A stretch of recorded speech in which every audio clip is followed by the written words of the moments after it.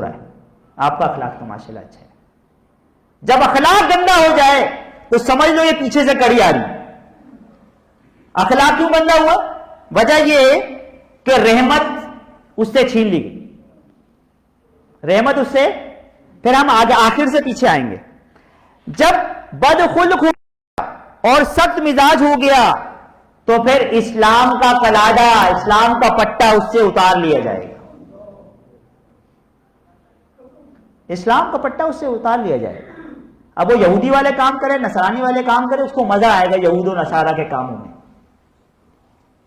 جب یہ معاملہ ہو جائے کہ اسلام کا پٹا اتر گیا تو پھر تو اسے لعین، ملعون اور شیطان رجیم پائے گا. یعنی پھر تو اسے ملعون، لعنتی، دیوس، کمینہ اور شیطان بھی کیا ہوگا اس کے آگے. اللہ نے فرمایا من الجنۃ والناس، کہ ایسے لوگوں سے بھی پناہ مانگو جو جنوں میں سے بھی ہیں اور انسانوں میں سے بھی، جو شریر ہیں. تو معلوم یہ چلا کہ لعین اور ملعون اور شیطان رجیم کیوں ہوگا؟ کیونکہ اسلام کا قلادہ اتار لیا گیا. اچھا، اسلام کا قلادہ کیوں اتارا گیا ہے؟ کیونکہ وہ انتہائی بدخلق ہو گیا ہے. اچھا، وہ انتہائی بدخلق کیوں ہو گیا؟ کیونکہ اللہ کی رحمت اس سے چھین لی گئی.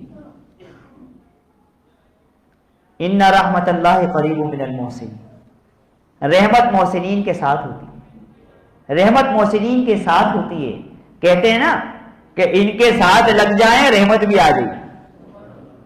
تو جب رحمت چھین لی گئی اس کی وجہ کیا تھی؟ کیونکہ وہ خائن ہو گیا تھا، خیانت کرنے والا ہو گیا تھا. اچھا، وہ خیانت کرنے والا کیوں ہو گیا تھا؟ وجہ یہ کہ امانت داری اس نے نہیں کی. امانت میں خیانت کی، اپنے سے خیانت، والدین سے خیانت، دین سے خیانت، پیر بھائیوں سے خیانت، مرشد سے خیانت، اپنے دوستوں سے خیانت، اپنے دینداری اساتذہ سے خیانت اس نے کی. امانت چھین لی جائے گی. اس کی وجہ یہ ہے، کیوں چھین لی جائے گی؟ وجہ یہ ہے کہ وہ قابل نفرت ہو گیا ہے. اللہ اس کے رسول نے اس کو نفرت زدہ قرار دے دیا ہے. اسے نفرت کرنے لگے ہیں. اعلان نفرت کر دیا گیا ہے اس کے لیے. اس کی وجہ کیا ہے؟ کیوں اعلان نفرت کر دیا گیا ہے؟ کیونکہ وہ کبیرہ گناہ کرتا ہے، توبہ نہیں کرتا. وجہ یہ ہے کہ اس سے حیا چھین لی گئی ہے. وہ بے شرم ہو گیا ہے، وہ توبہ نہیں کرتا. حیا تب آئے گی جب توبہ ہوگی. بس یاد رکھیے گا، خلاصے کلام کیا ہے کہ انسان سے جب گناہ ہو جائے، ہر انسان خطا کار ہے، تو اللہ کی بارگاہ میں وہ توبہ کر لے. اور میں آپ کو یہ بھی بتاتے چلوں، ہر کسی کو توبہ نصیب بھی نہیں ہوتی. توبہ تو کرتے ہیں، اللہ میری توبہ، اللہ میری توبہ، لیکن توبۃ نصوحا، سچی توبہ.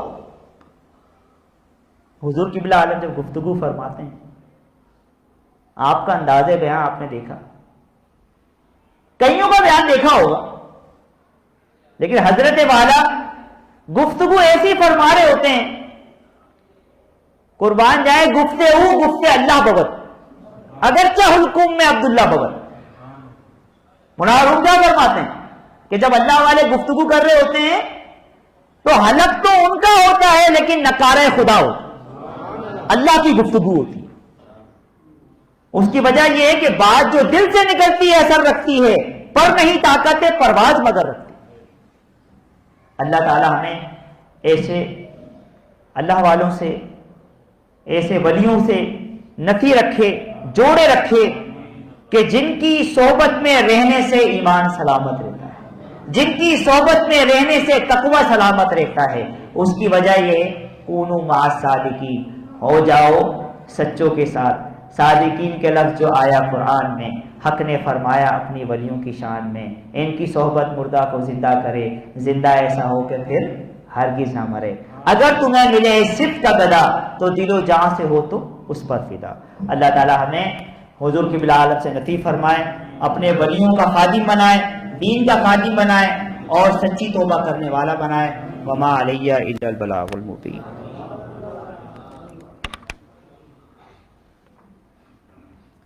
ماشاء اللہ، سبحان اللہ. بہت ہی خوبصورت انداز میں اظہار خیال پیش فرما رہے تھے مولانا زاہد حسین مقصودی نقشبندی صاحب. اللہ تبارک و تعالی سے دعا کی آواز میں، علم میں، عمل میں مزید اضافہ فرمائے۔ حضور قبلہ عالم کی محبت میں منقبت کے اشعار پیش کرنے کے لیے دعوت دوں گا۔ ان اشعار کے ساتھ ذرے اس خاک کے تابندہ ستارے ہوں گے، ذرے اس خاک کے تابندہ ستارے ہوں گے، جس جگہ آپ نے نالین اتارے ہوں گے، نور آنکھوں پر تو چہروں پہ اجالے ہوں گے، نور آنکھوں پر تو چہروں پہ اجالے ہوں گے، مصطفیٰ والوں کے انداز نرالے ہوں گے، مصطفیٰ والوں کے انداز نرالے ہوں گے۔ انہی اشعار کے ساتھ منقبت کے اشعار پیش کرنے کے لیے دعوت دوں گا۔ محبت احسان مقصودی نقشبندی صاحب کو کیا پائیں، حضور قبلہ عالم کی محبت میں منقبت کے اشعار پیش فرمائیں۔ تمام حضرات درود شریف کا نام بسم اللہ اللہم صلی اللہ علیہ وسلم۔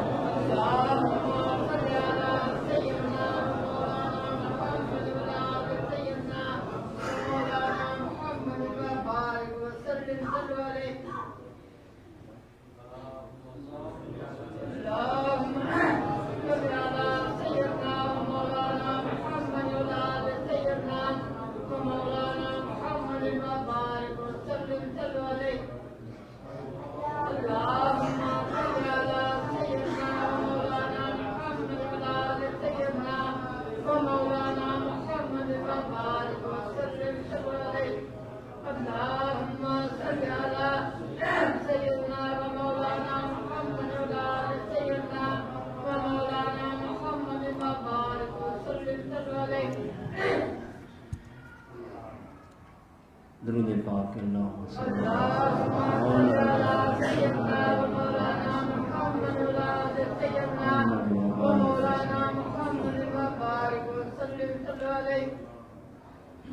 صلی علی نبینا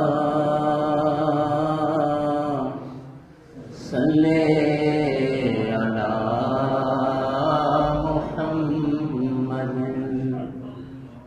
صلی علی شفیعنا صلی علی محمد۔ مرشد تیرے در کا میں گدا ہوں،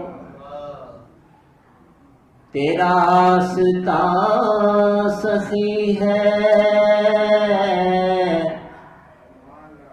مرشد تیرے در کا میں گدا ہوں، تیرا آستان سخی ہے،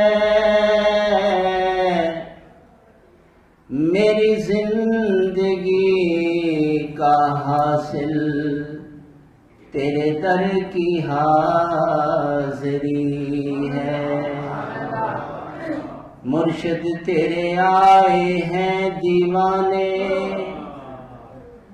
تیرے در سے فیض پانے،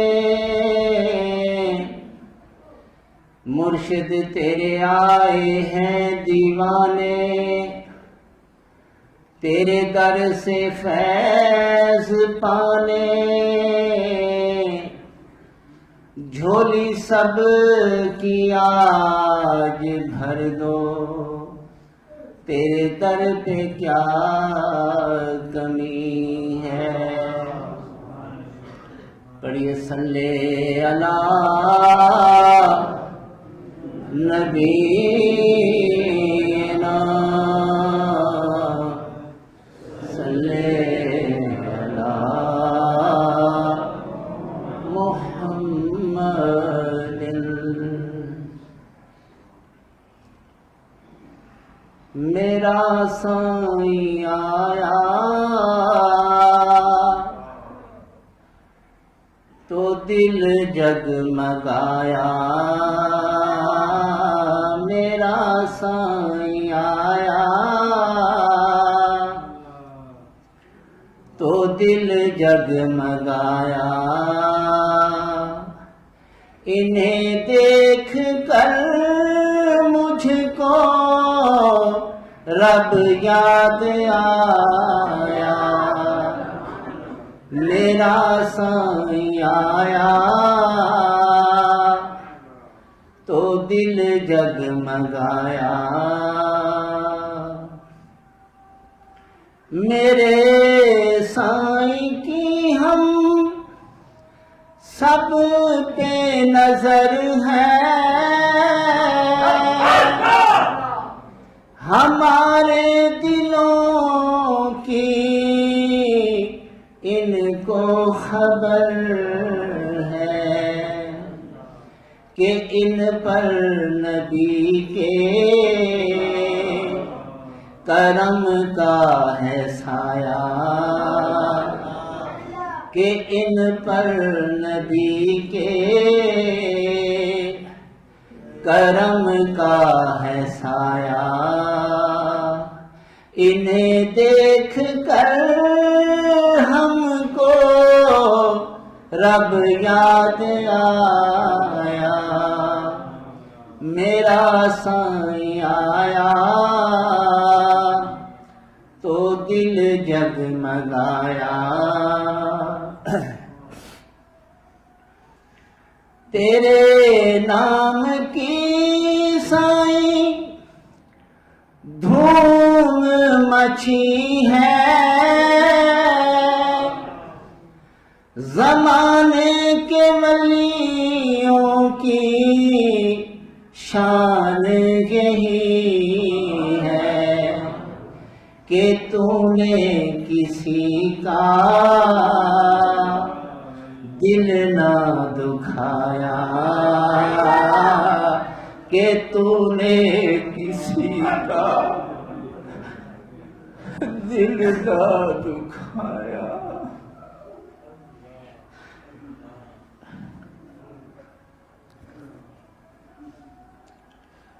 انہیں دیکھ کر مجھ کو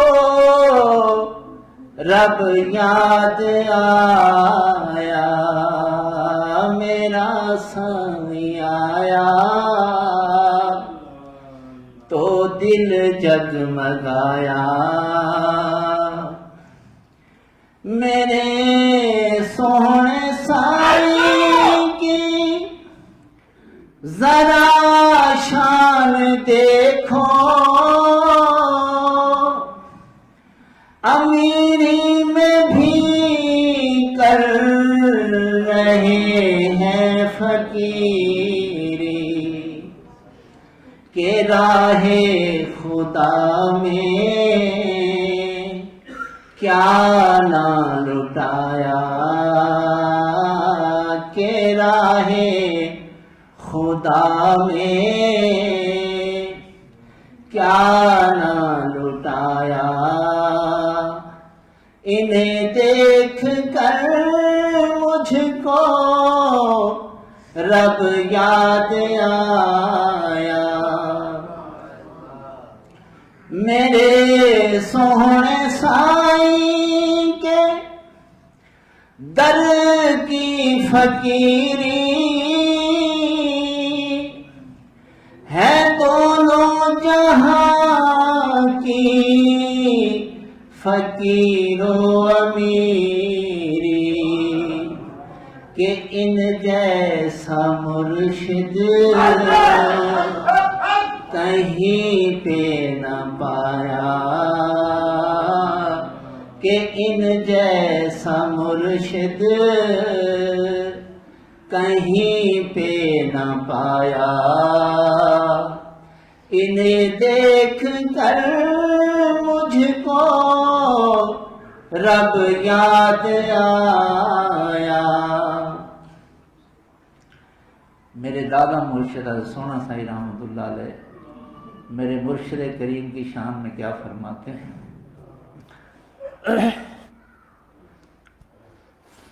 تیرے کام سائیں خدا تک رہا ہے،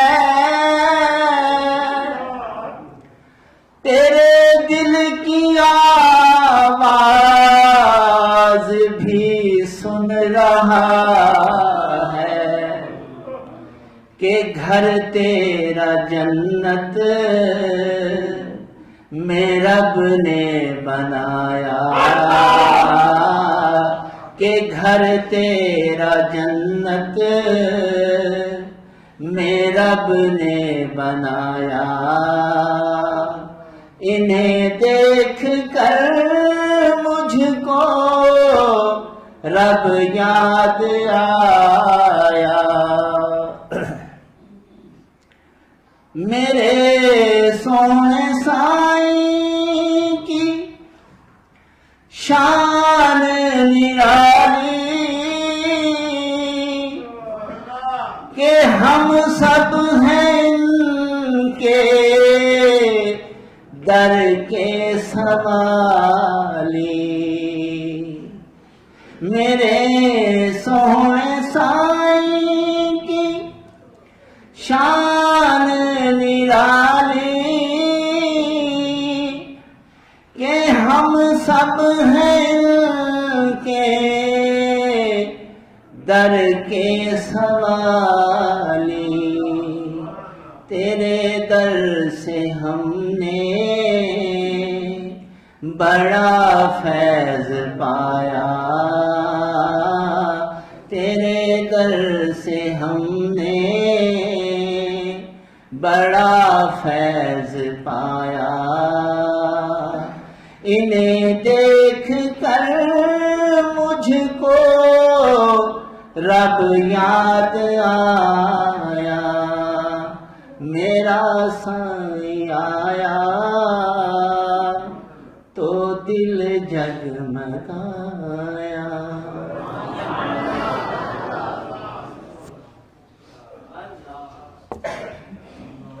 سبحان اللہ، ماشاء اللہ، بہت ہی خوبصورت انداز میں حضور قبلہ عالم کی شان میں منقبت کے اشعار پیش فرما رہے تھے۔ دعا ہے اللہ رب العزت آپ کے علم میں، عمل میں مزید رحمتیں اور برکتیں عطا فرمائیں۔